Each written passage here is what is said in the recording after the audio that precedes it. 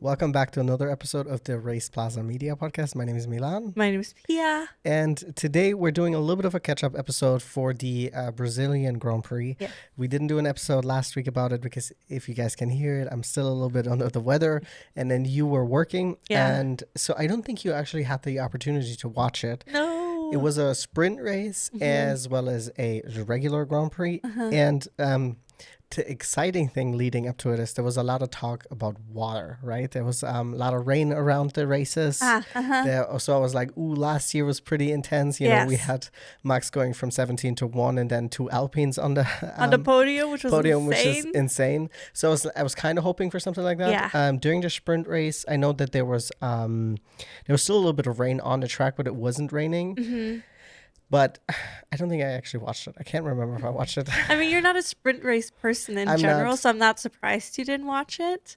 I had on the main Grand Prix a little bit. Yeah, it's just like last week Saturday was a blur for me because I was so under the weather. Yes. I was so ill. So I was like, did I actually watch it? I think I did. Yeah, I don't know. I mean, you took a lot of medication also to feel better. I did actually because Gabby had that really terrible accident. Oh, yes. I saw the highlights of that. Yes. Yeah, that was really awful. Overall, really unfortunate weekend for him to be racing for the first time in F1 at home. Yeah.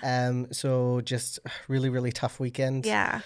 Overall, also incredibly tough weekend for Ferrari. What a mess.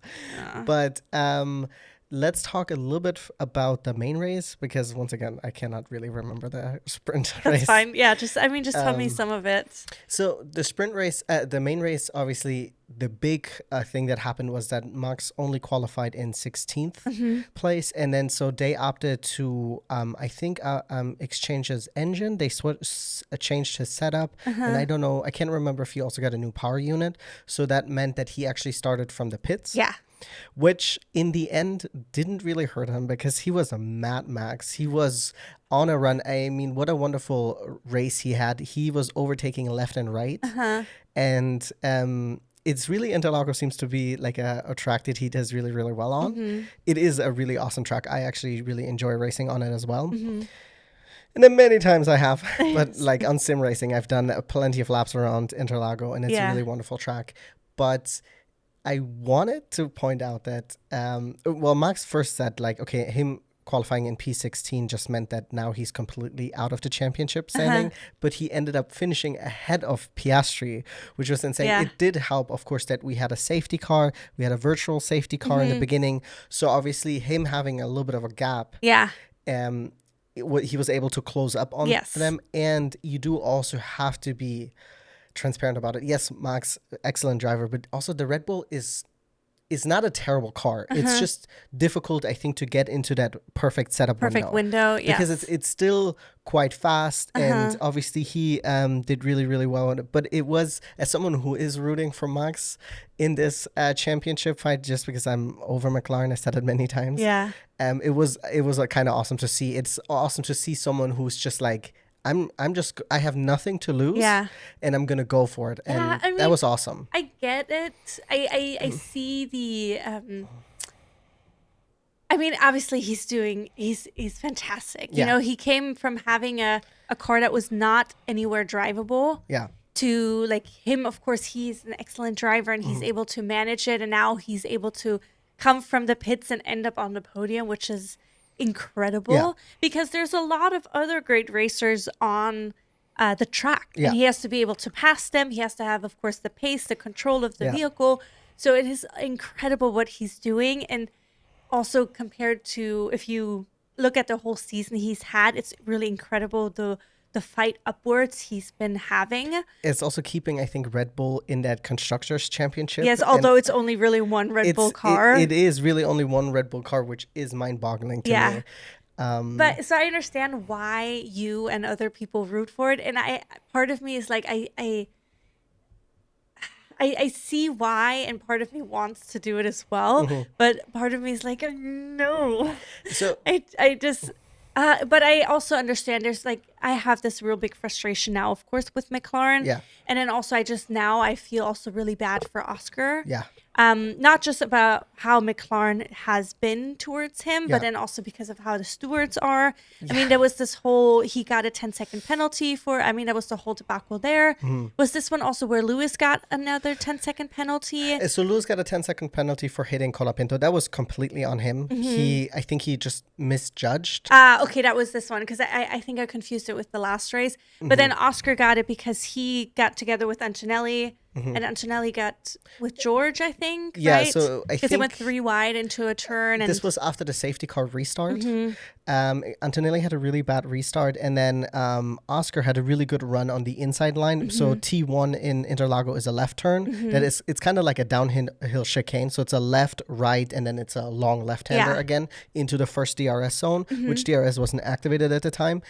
And so essentially, Oscar is on the inside, and in my opinion, in reviewing it, and I think a lot of people agree with it, is that he was alongside. However, he did have to end up braking really, really hard, which ended up him locking up. And then Antonelli was really far in on the left side. Yeah.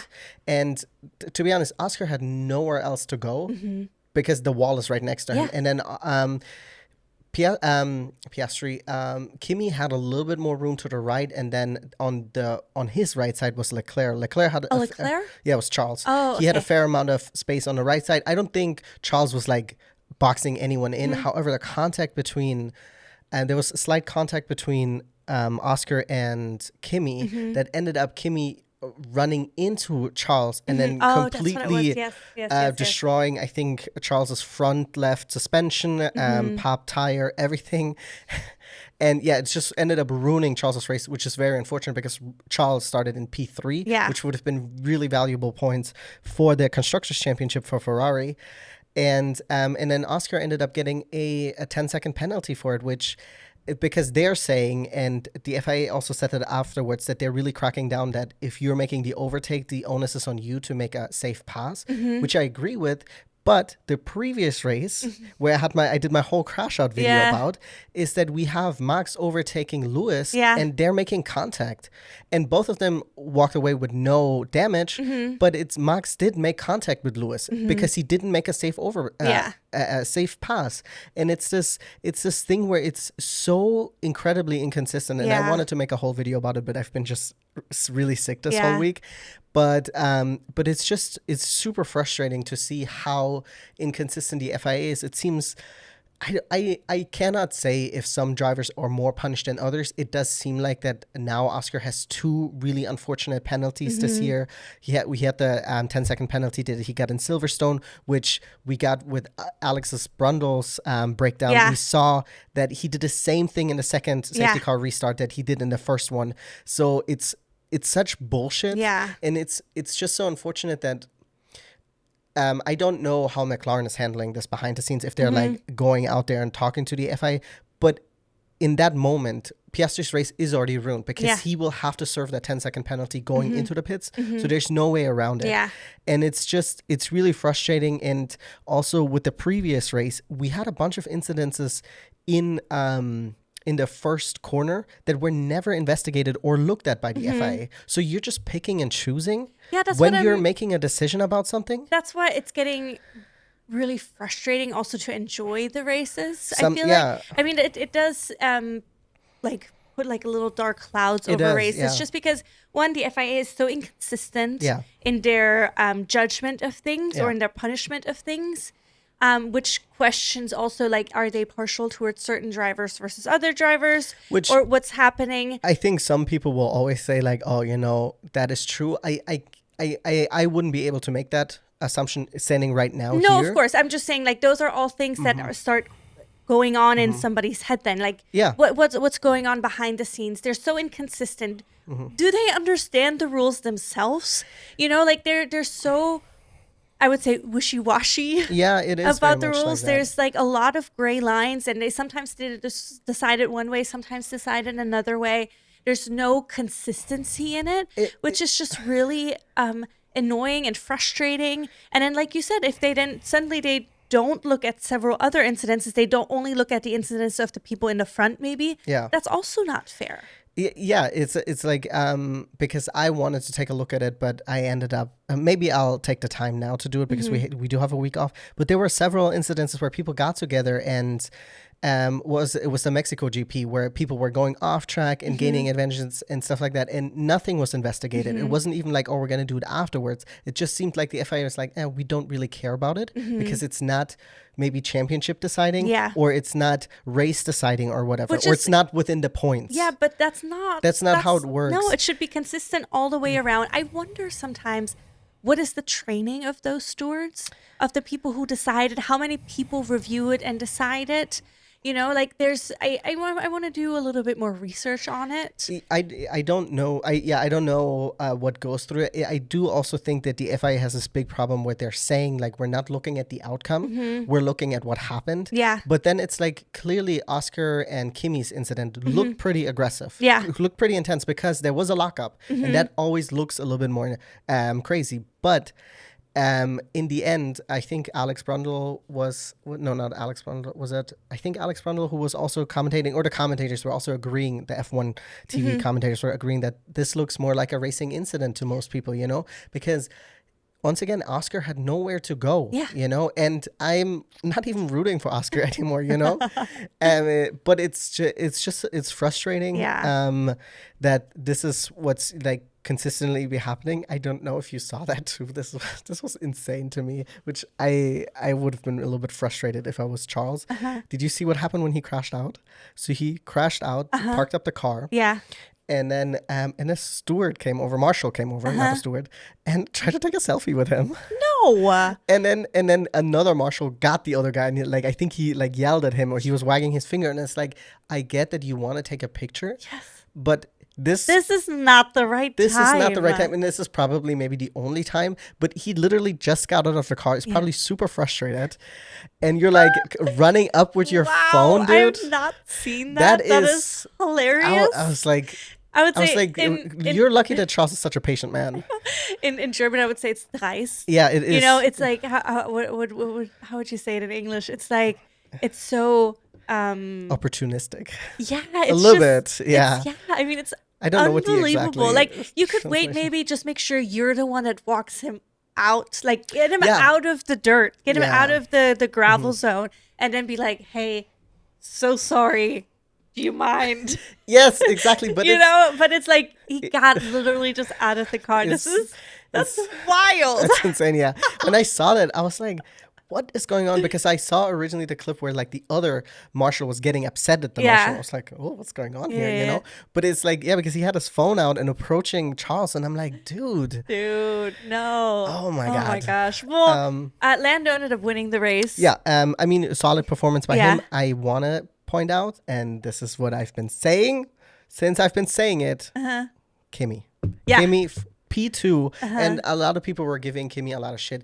It didn't help that he had those 3 races back to back where he had in the middle of the season where this he had year, DNFs that were none of them were his fault, but the way then the story is immediately spun, and it's immediately, well, he hasn't scored any points, and then of course he had some tougher races, but he outpaced Charles in Mexico. He outpaced George, and then he outqualified, and at the end, this was almost like this almost feels like if you're a person in the water. Oh, I think like with Max behind him, like and if you're in the ocean and the shark is coming, because dear God, I mean, they already have such a high heartbeat during it. So, but then imagine Max behind being chased down by Max, because Max said he has nothing to lose. Not that Max was gonna just like send it into a corner, but he was gonna be aggressive.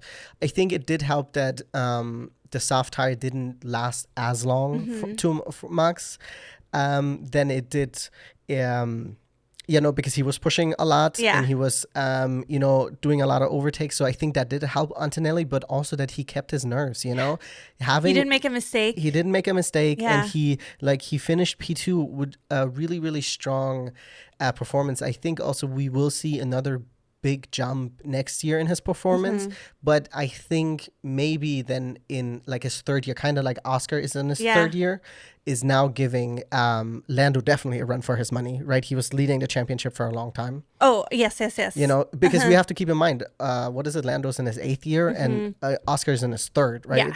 So there you can see that he's learning also I think with Oscar, you could tell that he really learned how to preserve his tire and the tire management, because I mean, you have to give this to Lando. Lando's always very strong in his second stint and he really has a strong performance, where Oscar usually either once he's stuck behind someone, and I know that we're in the era of dirty air where this really impacts your race, but I think you can definitely tell like how much improvement there was also in the off season, and I think we'll see that with Kimi, which I think is really exciting, that we have this newer, younger talent that is so that I think we're going to have some really fun races. I mean, there's just so much potential there, and there's so much talent there that there is still, even with all the FIA bullshit that's happening, there's so much talent in the cars that, I mean, not just Kimi, but also Isaac. I mean, it's Gabrielle, like all of the rookies Behrman that we have in there now, they're such big talents, and I have high hopes from them. Just because they're already delivering. They're already getting onto the podiums in their rookie season or close to the podiums. Into the points. You know, big kick points. In the points, you know? I mean, it was Nico who made it into on the podium, but a kick, dude. That's crazy. Exactly. A car that hadn't scored any points for almost 2 years, right? And then Haas in 4th with Ollie Behrman. I mean, that's huge. I don't know if you heard that there was talks that they're like, oh, Ollie Behrman should replace Lewis in Ferrari. And I'm like, first of all, chill. Yeah. We were talking about a person who has won over 100 races. But also, like, why in the world would if you say you want Ollie in a Ferrari, then you hate Ollie, because no one wants to be in that Ferrari right now. Literally. I think it came out that Lewis's contract is until the end of 2027, and then Charles's contract is until end of 2029, I think. Oh, interesting. So I think Charles, it was always known that he had the longest contract, but I'm sure he has some type of clauses like, listen, if you guys cannot give me a fucking car, then I need to leave, because it would be nice to see Charles in a car that has more potential, because he has the potential. It's just the car that he's given is just not there. Yeah, it is just very unfortunate. I mean, the same thing with Lewis. He has clearly the potential. It's just not the vehicle. I mean, Ferrari. And I understand the dream of wanting to win in a Ferrari because it's a legacy team. Yeah, absolutely. But it's just right now, it's just not there. And there's just lots happening, I think, behind the scenes that is making it so difficult. Yeah, I mean, I know that there was the CEO, what is his name? John Ekman or something like that. I don't know exactly his name, from Ferrari. And he was like, oh, the drivers should be talking less and focusing more on driving. And then both drivers posted online, they're like, listen, we're a team and this is all about unity. Because I'm like, because he was upset with the performance of Ferrari, because we had a double DNF. Lewis ended up picking up way too much damage in the collision with Colapinto, which was not Colapinto. Yeah, Colapinto. Sorry, yes. With Franco, which that was Lewis's fault. But it's also, when you saw him drive the car, it did not look safe. It did not look safe. Like, it was constantly, he was just like wiggling all over the place, like as if he was like trying. Like, he was trying with all his might. I also don't understand why the CEO has to say anything. Like, shut the fuck up. Just, you're the one that needs to be quiet. You know, you have nothing, you have no input, you have no experience. Like, you don't know what they're going through. I think Jensen Button said also something like that. He was like, listen, you need to mind your business. Yeah. But I will say, it's also like, the problem with Ferrari is that it's unfortunately rotten from the inside out. Yeah, that's literally it is. It's like I think Fred is great, right? Yeah. But there's like, there's only so much he can do. There's only so much you can do, and it's like, if the car is not engineered in a perfect way, and then you have other teams that are just out engineering you know, then what are you going to do? And this is not a problem that just arrived. This is a problem that has been going on since 2008?